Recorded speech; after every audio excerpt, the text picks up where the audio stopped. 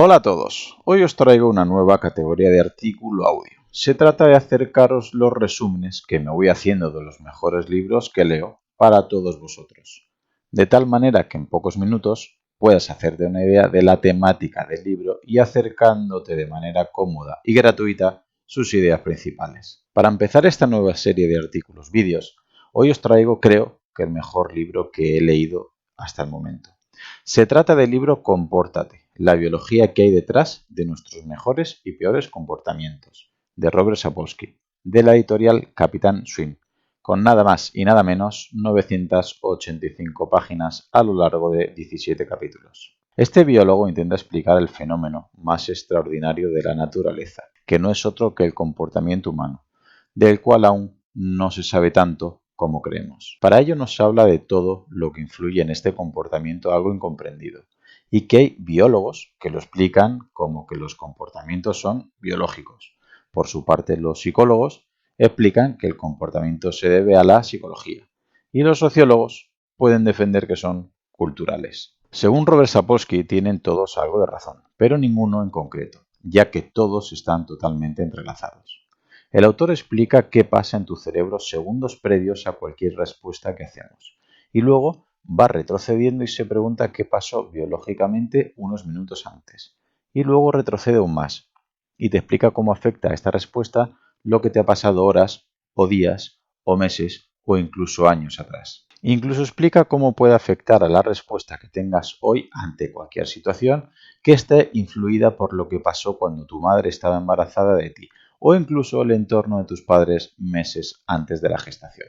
Todo esto explica el gesto de bondad o de maldad que vas a realizar hoy o mañana y que voy a intentar explicarte de manera resumida en 7 puntos clave. Primero, ¿responde tu corteza prefrontal o reacciona tu amígdala? Personalmente, lo que más me gusta del libro es cuando empieza a describir lo que sucede justo antes de cualquier respuesta, ya que hay multitud de respuestas alternativas que se dan de manera simultánea en tu amígdala y tu corteza prefrontal, existiendo una confrontación. Si la respuesta es llevada a cabo por tu sistema límbico o en la amígdala, será una respuesta que esté relacionada con la ira, con el miedo, con la agresividad o con la rabia, ya que está mediado por las emociones. Si la respuesta es llevada a cabo por la corteza prefrontal, será una respuesta basada en la lógica, en la planificación o en el deber, ya que estará mediada por la razón. Normalmente la amígdala es más rápida, por lo que si respondemos en poco espacio de tiempo, probablemente seremos más agresivos, miedosos o impulsivos, ya que es su naturaleza, por pura supervivencia. Como entenderás, ante un ataque repentino de un depredador, ante ese peligro inminente, necesitábamos responder de manera inmediata, sin tiempo de analizar. Por otro lado, si tardamos unos segundos, o minutos, o días, probablemente nuestro raciocinio gane y nuestra respuesta será más razonada y coherente. Por esto es importante no reaccionar ante cualquier estímulo, pues la amígdala tiene reacciones más primitivas que nos pueden llevar al hedonismo, es decir, al placer inmediato. Y sí es importante darle peso a la corteza, trabajando la respiración, contando hasta 10 o reflexionando para así poder responder a ese estímulo de manera coherente y no reaccionar de manera visceral. Segundo apartado. ¿La amígdala es la mala? La amígdala a veces se describe como la mala del cerebro, pero obviamente no es así. Tiene sus funciones en nuestra biología y repercute en tu forma de actuar. Se podría definir como la parte de tu cerebro donde se origina gran parte del miedo, de la ira, de la ansiedad o la agresividad. Y de primeras podrás pensar que esto es malo y que deberíamos inhibir esta amígdala. Pero esto tiene una función de supervivencia, como hemos dicho. Lo puedes comprobar cuando confundes una manguera de agua con una serpiente o un ruido repentino, que lo primero que haría sería ponerte en alerta, en formato lucha o huida. Lo único que quiere tu cuerpo es salvarte la vida de un posible peligro. Esta amígdala nos genera adrenalina, noradrenalina, cortisol, etc. Es decir, activa tu sistema nervioso simpático, el cual está diseñado para ser usado a cortísimo plazo. O luchas o huyes, y lo solucionas o mueres. El problema aquí es que la amígdala esté trabajando constantemente, lo cual no está diseñada para ello. Y esto ocurre cuando hay estos estresores durante mucho tiempo y esto se hace crónico a largo plazo. y esto se convierte en el estrés crónico. Obviamente no estamos 10-12 horas al día viendo o confundiendo serpientes venenosas ni ruidos que parece un depredador. Pero sí estamos 8 o 10 o 12 horas al día pensando en que tenemos que pagar la hipoteca, aguantando jefes, cuñados, influencers o profesores como yo. De hecho, las personas que han sufrido trastornos de estrés postraumático tienen una amígdala más grande, incidiendo en su comportamiento, generando fobias y ansiedad por un mayor tamaño y sensibilidad de esta amígdala. Es decir, su cerebro se prepara para lo peor de manera predictiva. Como curiosidad, si estimulas la amígdala con un electrodo, las personas desarrollan mayor ira y agresividad repentina.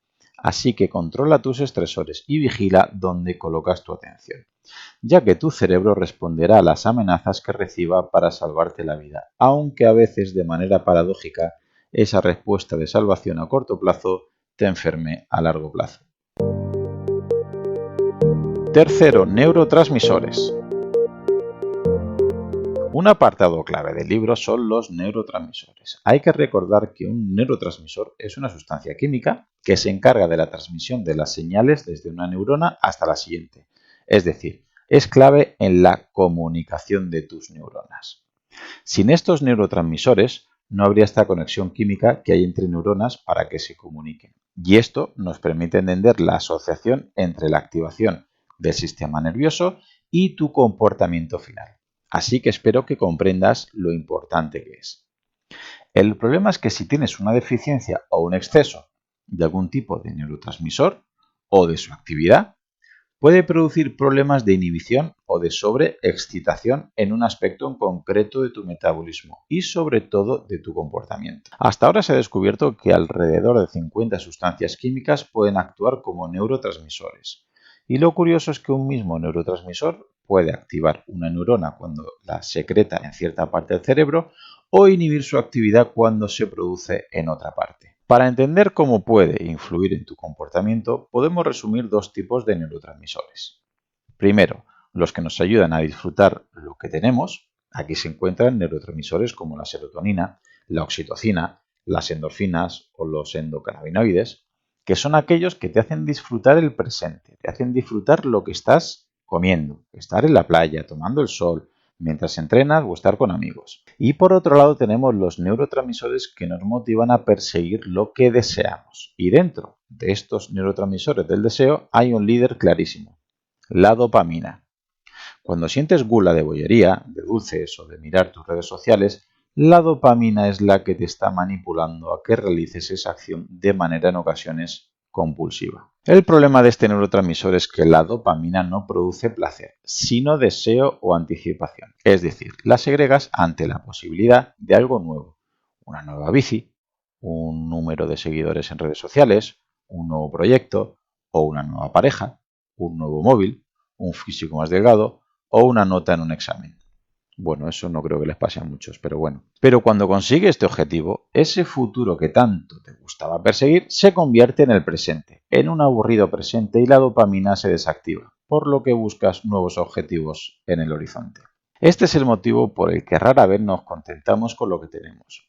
Las cosas que al principio nos producían satisfacción nos resultan indiferentes o aburridas con el tiempo, y volvemos a desear algo nuevo, con la peligrosa posibilidad de entrar en un bucle. Nunca estaremos 100% satisfechos y seremos un poco caprichosos. A la dopamina le interesa la persecución de un objetivo, no la posesión en sí misma de ese objetivo, por lo que estará activa justamente hasta en el preciso momento que consigamos eso tan deseado.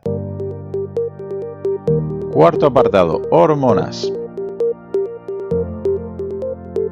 En el libro, Robert Sapolsky le dedica varias páginas a hablar de las hormonas, en concreto a la testosterona, a la oxitocina y a las hormonas del estrés. Y es en la testosterona en la que se recrea un poquito más para hablar del comportamiento, derribando muchos mitos. Es cierto que esta hormona es mayor en los varones que en las hembras en todas las especies, pero no tiene una relación uno a uno con la agresividad como antes se pensaba. El autor muestra un estudio donde se administraba a un grupo de monos macho testosterona exógena, y no se vio que a mayor testosterona hubiera mayor agresividad, sino que lo que se observó es que se exageraba patrones de conducta, que ya existían previamente de esa agresividad. Así que los monos macho que ya eran agresivos, la testosterona les hacía sacar esa agresividad con más frecuencia, pero no lo hacía en el caso de monos que no lo eran anteriormente. Y aquí vemos un paralelismo muy claro con el alcohol. Normalmente la gente que es agresiva por sí misma, cuando beben o se emborrachan, muestran esa agresividad con más facilidad que si no beben, aunque también hay excepciones, como en todo. Parece ser que la idea principal nace de un seguimiento que se hizo a un grupo de hombres que redujeron sus niveles de agresión, tiempo después de perder sus testículos, por accidentes o por operaciones. Pero estos estudios mostraban correlación, que no causalidad, y a eso ya le dedicaré un capítulo en concreto. Lo que sí que parece que hace la testosterona es que aumenta las ganas de incrementar el estatus social, es decir, aumenta la voluntad de alcanzar cotas altas de liderazgo para poder destacar en su grupo de iguales, y para ello puede optar por múltiples salidas, desde destacar en las notas de los exámenes, a ganar más masa muscular, a competir en su deporte favorito al máximo de sus capacidades o de incluso derrochar más dinero. Si así entiende que es como alcanzaría su estatus social mayor, es lo que hará finalmente esa persona. De hecho, la testosterona parece que inhibe el miedo en bastante margen, lo que aumenta la capacidad de exponerse a un mayor riesgo y muestra cómo a mayor testosterona se puede ver un 13% mayor a asumir más riesgos financieros. La suposición es que si en la sociedad los desafíos y los objetivos estuvieran bien diseñados, y no con el postureo que hay, la frialdad y el consumismo y el materialismo que vivimos, si en vez de ser así la sociedad valorara con mayor estatus social los actos de bondad, la gente con más testosterona intentaría destacar haciendo más aportaciones, más donaciones y más ayudas a países y personas desfavorecidas, ya que la testosterona nos impulsa a hacer lo que sea necesario para alcanzar y mantener el estatus social, para estar lo más alto en la jerarquía, sea la que sea. Otro asunto interesante respecto a la testosterona y la agresión femenina, apenas estudiada por los mismos biólogos evolucionistas, y se ve que hay especies, como la hiena manchada, donde la hembra es más agresiva que el macho, o en primates donde las hembras emplean muchas más estrategias agresivas, aunque no siempre es violencia física. Quinto apartado, estrés. Un apartado muy importante y que me ha gustado mucho es el que nos habla de las hormonas relacionadas con el estrés, sobre todo los glucocorticoides. Esta acción de glucocorticoides permite la respuesta metabólica del estrés, realizando una acción cóctel y ayudando su acción con las catecolaminas, es decir, con la adrenalina, noradrenalina, cortisol, etc. Ya hemos hablado antes que la amígdala cerebral era la encargada del sistema nervioso simpático para preparar la lucha o la huida. Pero eso siempre es un recurso para el corto plazo y de supervivencia primaria. Y el problema de esta sociedad moderna es que sufrimos un estrés crónico, al cual no estamos preparados para él. Por eso podemos afirmar que las personas que sufren más estrés enferman más y con más frecuencia que aquellas personas que no lo padecen. Uno de los problemas de este estrés constante es que tus decisiones estarán ordenadas en mayor parte por el sistema límbico, el de placer o el hedonista, por lo que al inhibir parcialmente la corteza frontal, piensas peor y el estrés te llevará a tomar siempre una decisión fácil y agradable, como comer, beber, dormir o ver la tele, pero nunca nada productivo. Otra de las cosas más curiosas es que el estrés está relacionado con la subordinación social. Es decir, que cuando más bajo estatus social presentan ciertas especies, más estrés sufren esos animales como los estudios con roedores y babuinos. Y cuando más nivel en la jerarquía, menos niveles de glucocorticoides y menos efectos negativos para la salud, con la excepción del babuino más alto, el macho alfa, el que está en la cima, el cual tiene niveles tan altos como babuinos de menor nivel en la jerarquía, probablemente porque debe luchar constantemente para defender su posición, su mando o a sus parejas. Pero esto no se extrapola a los seres humanos.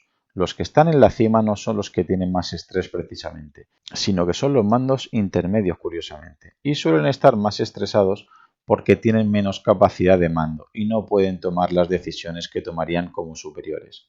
Pero a cambio, tienen mucha responsabilidad, a veces incluso más que sus jefes.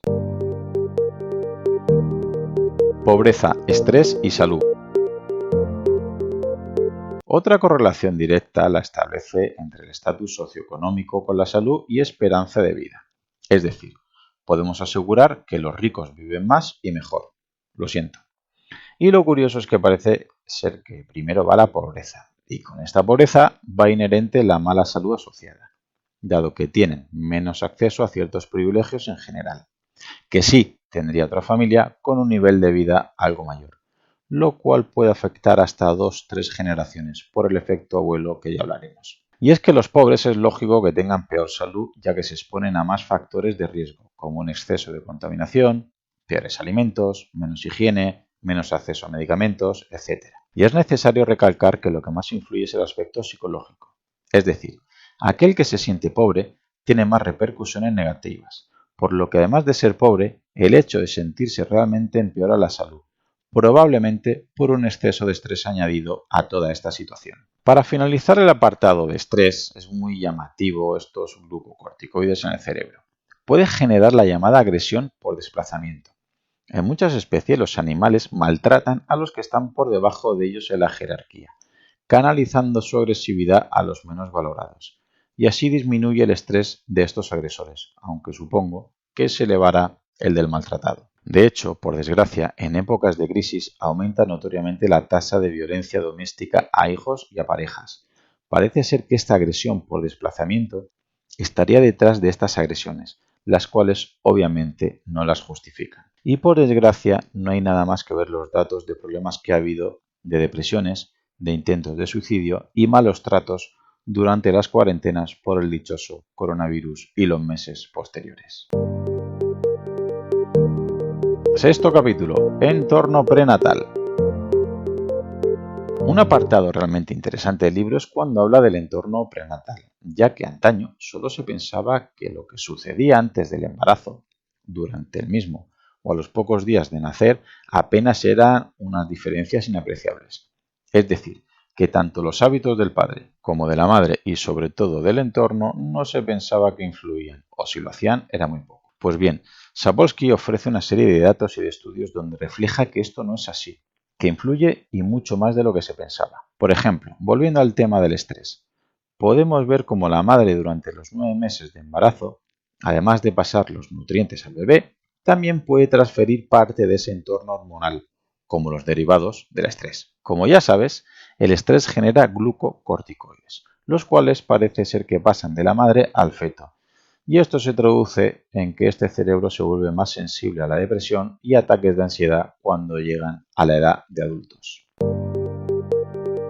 Hambruna holandesa y epigenética. Un dato que lo explica muy bien es sobre un suceso histórico, en 1944, por el final de la Segunda Guerra Mundial.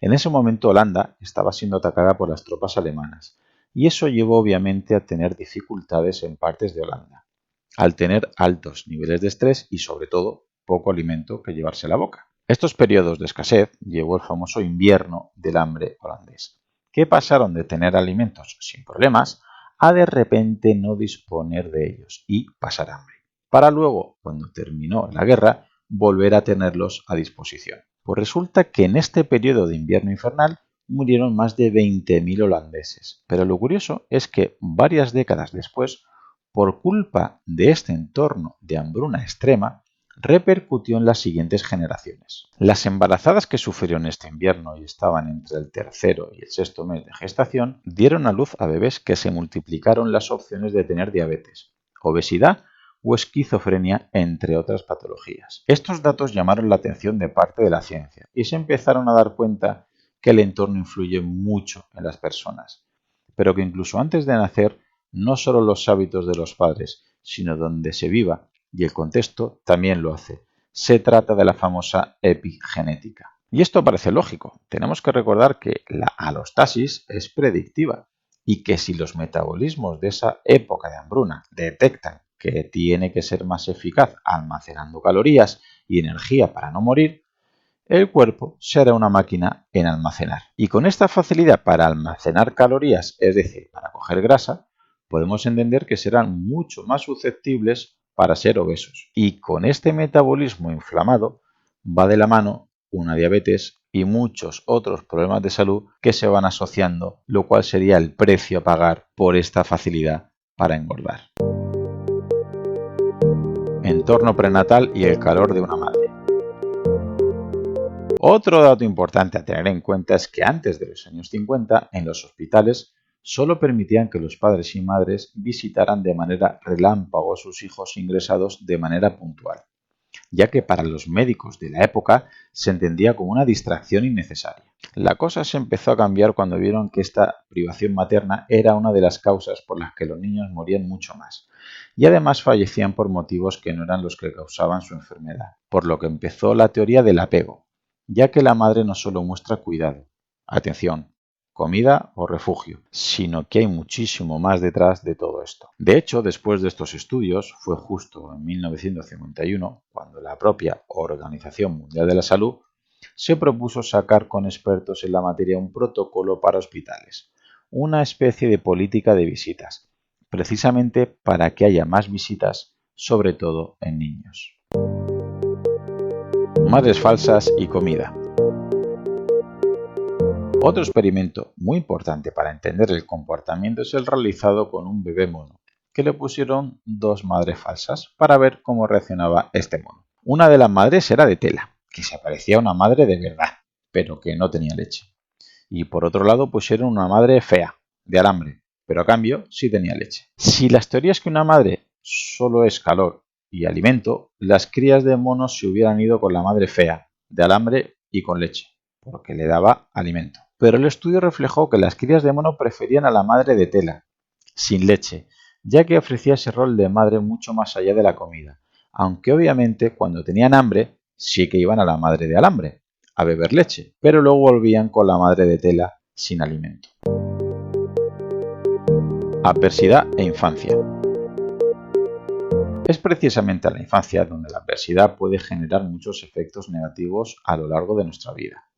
Sufrir abusos físicos o emocionales o incluso ser testigo de violencia puede afectar a nuestro comportamiento el resto de nuestra vida. Cuanta más adversidad en la infancia se ha vivido, más probable es que de adulto se tenga depresión, ansiedad, consumo de sustancias tóxicas o ser más antisocial o violento. Aunque obviamente no todos los niños que sufren adversidad lo sufrirán. Hay personas que han tenido mala niñez y luego no desarrollan nada de esto. Estos solo son probabilidades. Hay autores que comentan que jugar en la infancia es una manera de aprender la competencia social, que hay una jerarquía que nos guste o no, que a veces la cooperación es clave para poder triunfar y que hay unas reglas, nos guste o no nos guste. De hecho, el juego brusco, señalan algunos científicos, con pequeños gestos de agresión sin llegar a la violencia, a la agresividad o al daño, podría ser un aprendizaje para futuras jerarquías sociales.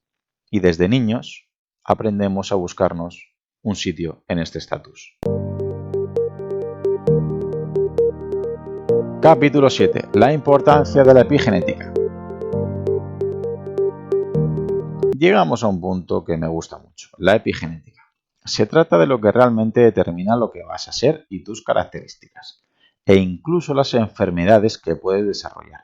Y podemos resumir que vienen dado por dos cosas. La primera es por los genes de tu ADN, el cual has heredado de tus padres y de tus abuelos y demás antepasados. Es lo que llamamos genética. Y por otro lado, y probablemente muchísimo más importante, es por la forma en la que este ADN se lee.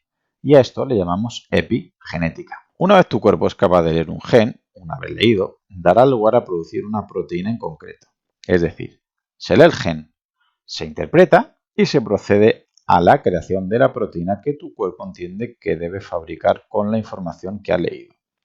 Y cuando eso sucede, se dice que ese gen se está expresando. Es decir, que ese gen se puede leer porque está activo y está teniendo una repercusión en tu organismo, ya que se produce un efecto.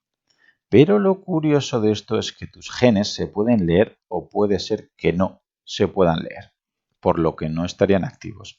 Y ese gen se diría que no se está expresando. Es decir, tus células pueden activar o pueden desactivar tus genes según lo que tu cuerpo considere oportuno.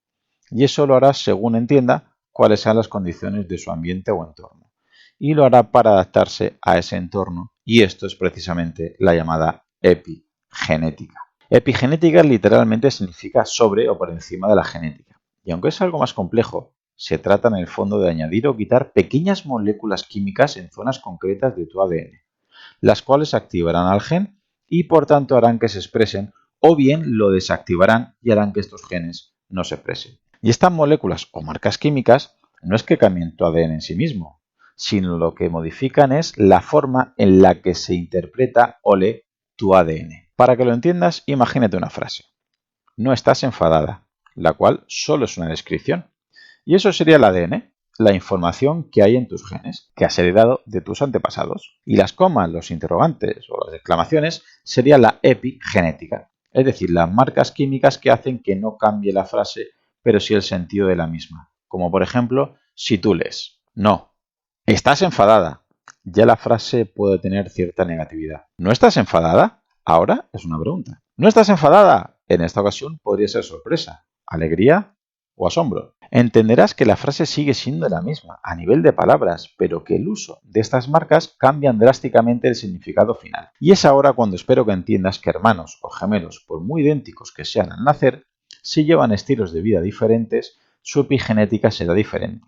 Por lo que al comparar la metilación del ADN o de la acetilación de las histonas, se verán muchas diferencias de envejecimiento entre ellos, y que explicarán que unos gemelos desarrollen ciertas patologías y otros no. En general, quédate lo que hace la epigenética, que en palabras del gran Carlos López Otín es que cada gen hable cuando debe hablar. Es decir, que cuando traiga mala información, que calle, y cuando tenga buena, que hable. Como reflexión podemos ver cómo Compórtate no es un libro fácil de leer.